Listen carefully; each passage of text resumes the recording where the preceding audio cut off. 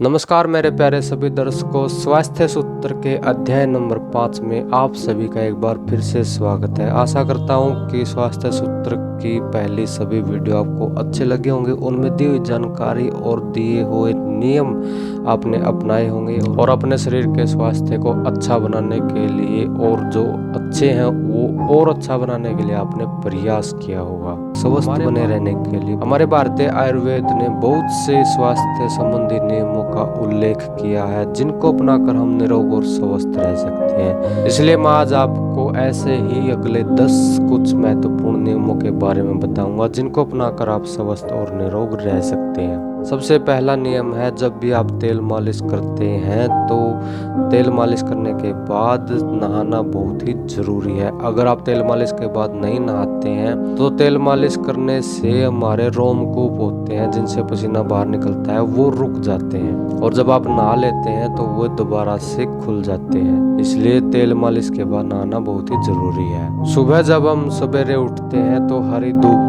पर नंगे पांव चलना हमारे स्वास्थ्य के लिए बहुत अच्छा माना जाता है। इससे कई प्रकार के रोग ठीक हो जाते हैं।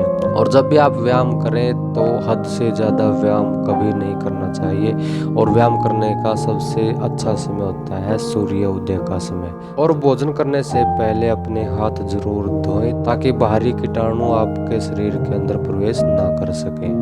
जब भी आप भोजन करते हैं तो भोजन के तुरंत पहले और भोजन के तुरंत बाद पानी का सेवन नहीं करना चाहिए। ऐसा करने से आपके शरीर में खाया हुआ भोजन अच्छे से डाइजेस्ट नहीं हो पाएगा। और जब भी आप कभी गर्म चीज का सेवन करते हैं तो उसके तुरंत बाद ठंडा जल नहीं पीना चाहिए। ऐसा अगर आपने कर लिया तो आपके दांत खराब हो जाएंगे, दांत कमजोर हो जाएंगे और जल्दी जल्दी निकल जाएंगे। और कुछ ऐसी चीजें होती हैं जिनको पर्सनली इस्तेमाल करना चाहिए। उनमें होती है जैसे कंघी जिससे हम बाल संवारते हैं, हमारा जो टूथ ब्रश होता है जिससे हम अपने दांत साफ करते हैं, हमारा तौलिया और अंडरगारमेंट्स होते हैं वो कभी भी किसी के साथ शेयर नहीं करने चाहिए, ना ही दूसरे के इस्तेमाल करने चाहिए। और दिन में जो 24 घंटे होते हैं उन 24 घंटों में कम से कम 3 लीटर पानी जरूर पीना चाहिए। ये नहीं कि आप एक बार में ही पिए, आप धीरे धीरे कभी भी किसी भी तरीके से पी सकते हैं। जो हम दूध पीते हैं या कोई तरल चीज पीते हैं उसमें भी पानी की मात्रा होती है, वो भी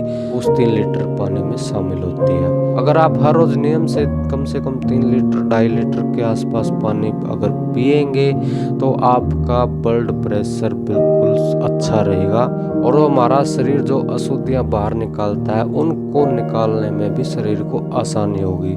जैसे मलमूत्र के त्याग करते वक्त हमें किसी प्रकार की परेशानी का सामना नहीं करना पड़ेगा। और जब भी हम सोते हैं तो सोते वक्त हमारा सिर दक्षिण या पूर्व की दिशा में होना चाहिए।